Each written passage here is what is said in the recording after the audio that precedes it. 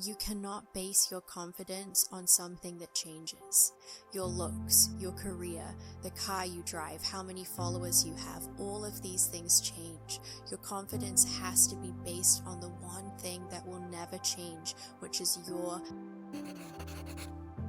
Hello everyone, welcome back to 828 with Cait. I'm your host, Cait Taylor, and in today's episode, we are talking about confidence. This has been a highly requested topic, especially for those of you who struggle with social anxiety. So I am going to give you the number one spiritual tip and 4 practical tools that you can implement right away so that by the end of this video, you can start being more confident today. I feel what qualifies me to talk about this subject is that anyone who knew me in my teen years would tell you I was shy and very socially awkward. I was fine within my friend group, but talking to people that I did not know, not my thing. I was very insecure. I dealt with abuse as a kid and bullying in high school. And those things had really just accumulated and eroded my self-esteem. Now, at 28 years old, I carry myself completely differently to back then. I can talk to strangers. I go to conferences by myself. I have been interviewed on radio shows, and I make videos like this that have been seen by millions of people. And a lot of that has to do with this revelation I had about 6 years ago. So my dad owns a clothing shop in England. When I was 22, I was working there. My job was mostly as a retail assistant, selling products and helping customers. So obviously, my job involved a lot of conversations with strangers and staff. But for some reason, at the shop, I was really good at it. I had no problem striking up conversations, I had banter with the staff, and our shop was consistently a top performer. What I noticed was that every time I went to the shop, I had this different feeling of being confident. It was something I never really experienced anywhere else. I never felt scared or anxious there because I knew that the person in charge of this whole place is my dad. I also felt proud every time I would be there because my dad created this thing. He envisioned this shop and he brought it to life. And I love to tell people, hey, by the way, this is my dad's shop. Then I had this realization. How I carry myself at the shop is how I should carry myself everywhere else. My dad created this amazing shop, but my heavenly Father created the heavens and the earth, and everything in it belongs to him. This is true for you too. Every day you should walk with the confidence of knowing you are a daughter of the King of the universe. You should not feel anxious going anywhere in this world because you are walking around in his creation. And you should be proud of that. Not proud in yourself, but proud because of who your dad is. To all who believed him and accepted him, he gave the right to become children of God. And once you truly understand your identity as a child of God, it changes everything. This is where true confidence comes from. You cannot base your confidence on something that changes. Your looks, your career, the car you drive, how many followers you have, all of these things change. Your confidence has to be based on the one thing that will never change, which is your identity. So, who are you? I suggest getting out a notebook because I have 3 sub-points on identity before we get into the practical tips. I just want to take a quick moment to thank the sponsor of today's video, BetterHelp.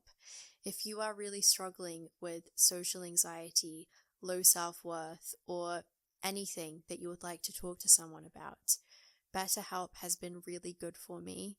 Also, one of my best friends has used it for years. It's all online. You can have your sessions via phone call, video chat, or messaging. One of my favorite things is you can specifically request a Christian therapist who shares your same beliefs, and they offer holistic therapy, addressing both psychological and spiritual components. You can even ask your therapist to incorporate prayer into your sessions if that's something you would like, which I do. If you feel you could use some support, you can follow my link on screen, answer a few questions, and BetterHelp will match you to a licensed therapist, usually within 48 hours. Just visit betterhelp.com/Cait Taylor or select Cait Taylor during sign up to enjoy a special discount on your first month. Now, back to the 3 points on identity. Firstly, you are fearfully and wonderfully made. Psalm 139 says God formed your inmost being. He knit you together in your mother's womb. King David said, I praise you because marvelous are your works. I know it very well. Do you know this very well about yourself? Do you know that verse 15 says your frame was not hidden from God when you were being formed in secret, and intricately and skillfully formed, as if embroidered with many colors in the depths of the earth? Nothing about your conception and creation was a mistake. Maybe your parents didn't plan you. Mine certainly didn't, but God did. Deuteronomy 32:4 says his ways are perfect. He does no wrong. But you being unconfident is telling God that he made a mistake. It wasn't a mistake that you were born into this body. It wasn't a mistake that you were born into this family with this specific personality. God intends to use all of that for his perfect purpose. I went to a conference recently where Nick Vujicic was speaking. This man has no arms and no legs. He tried to drown himself in the bathtub when he was 10 years old because he could not see how there was a purpose for his life, why he was born the way he was, and how he could have hope for his future. While he was up on that stage now, 42 years old, married with 4 children. And listen to this. He has shared the gospel with more than 733 million people. And over 1 million people have given their life to Christ because of his ministry. He's one of the top motivational speakers in the world, but do you think as many people would have listened to him if he looked just like you or me? Would people still be as captivated by this man if he didn't happen to get on stage with no arms and no legs?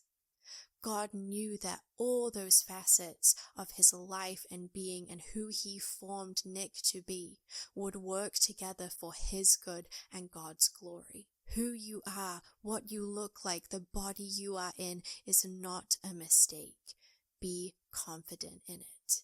Secondly, you are made in the image of God. I never hear people talking about this, but you not liking yourself is also telling God that you don't like him. Genesis 1:27, so God created man in his own image.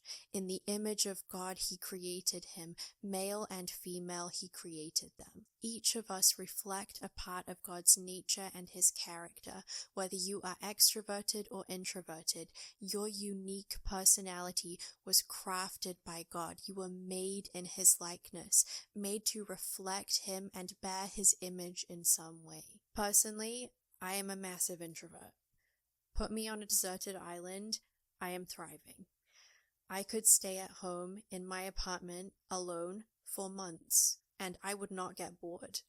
I now see that as my superpower, but 10 years ago, I dated someone who was the biggest extrovert I've ever known. And when I didn't want to go to all these social events and hang out with his friends, he would always say, Cait, why are you like this? As if there was something wrong with me.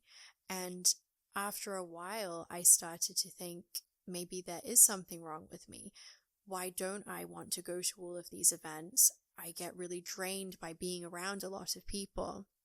I'm much more content being at home. And with age, I have learned that I just reflect a different part of God's nature than He does. And that's okay. Just an FYI to all my introverts and to the extroverts who pressure us to be more like them. Jesus loved spending time alone.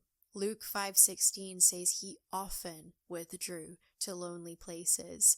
All throughout the Gospels, as soon as Jesus can escape a crowd, you best believe He is sneaking off up a mountain somewhere to get peace and quiet. He also gets up early to spend time alone. Confidence can be quiet. Confidence can be being content by yourself. A lot of people only associate confidence with the loud, life of the party person. They're not necessarily confident. They're just loud.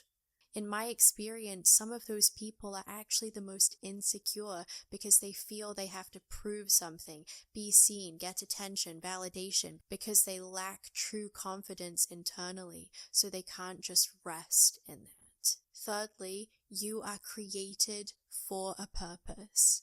Ephesians 2:10, for we are God's handiwork, created in Christ Jesus to do good works, which God prepared in advance for us to do. I wonder if there are things in your life you know you should be doing, but you're not because you're lacking the confidence. I wanted to be a YouTuber since I was 12 years old. It took me another 12 years after that to make my first video. Maybe you want to make music or start a podcast, but you keep making excuses for why you can't. In the Bible, there's a man called Moses who also makes excuses, and it makes God really mad. In the book of Exodus, God gives Moses the task of bringing the Israelites out of captivity. Pretty major job, but Moses says to the Lord, "Who am I that I should go to Pharaoh and bring the Israelites out of Egypt? What if they don't believe me?" He doubts his abilities, he's insecure. He even pleads with the Lord, saying, "Oh Lord, I'm not very good with words. I never have been, and I'm not now. Even though you have spoken to me, I get tongue-tied and my words get tangled." This was one of my biggest excuses for not making videos. I had told myself I'm more of a writer than I am a speaker, which is true, but listen to what God says to Moses. "Who made your mouth?" "I did. Now go. I will help you as you speak, and I will teach you what to say." But sadly, Moses still replies, "Please, Lord, send someone else."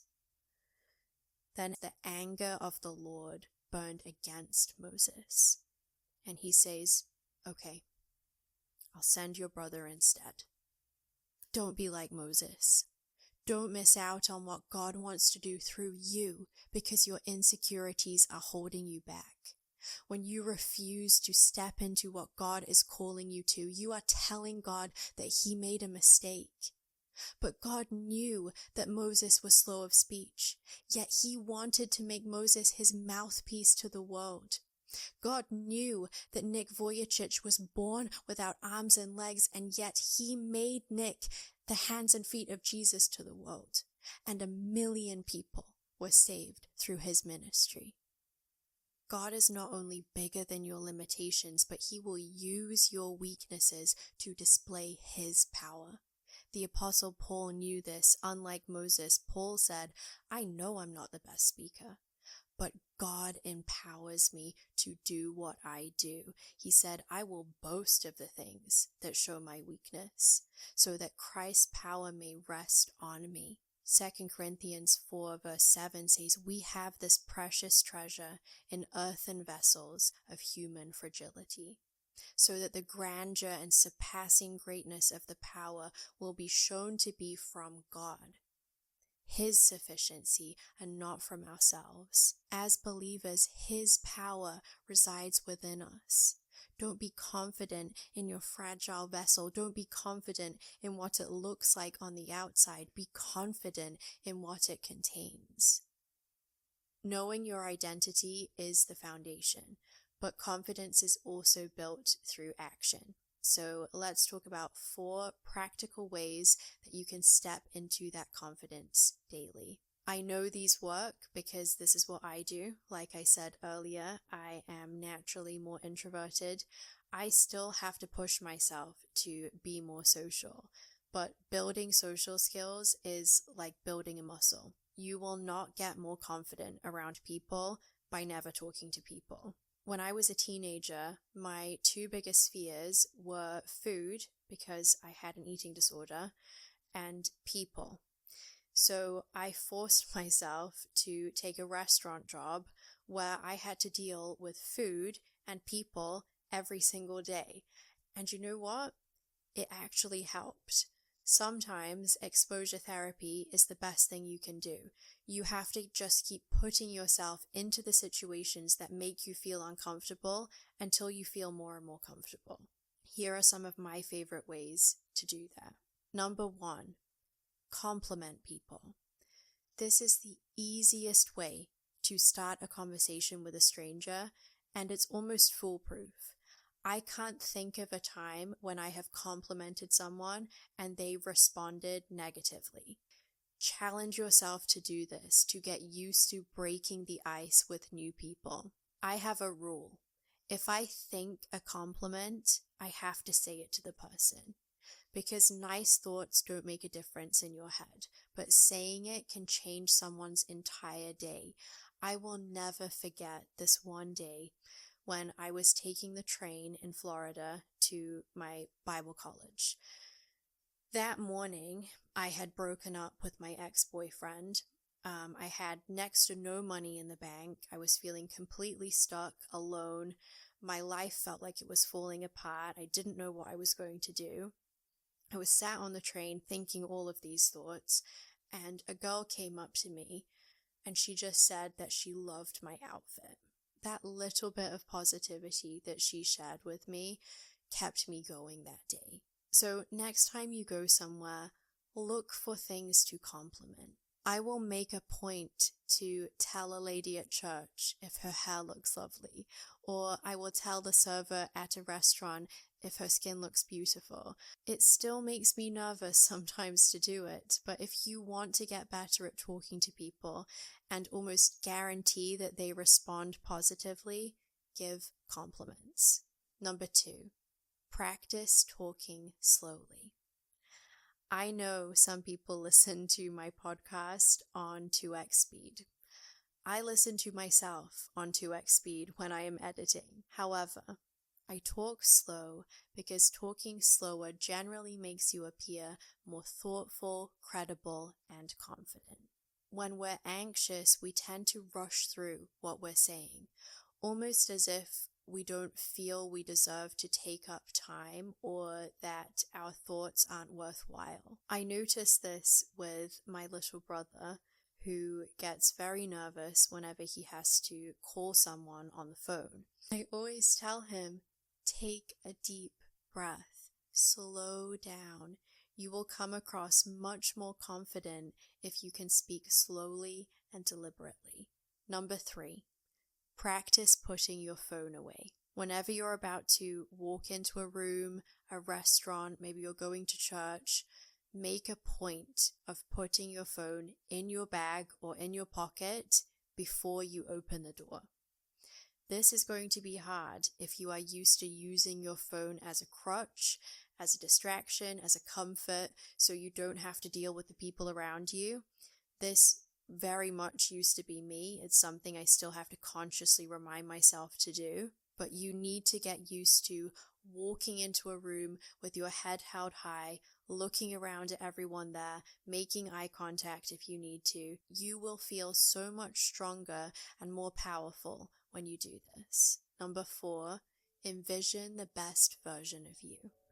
How does she enter a room? How does she talk to other people? How does she carry herself?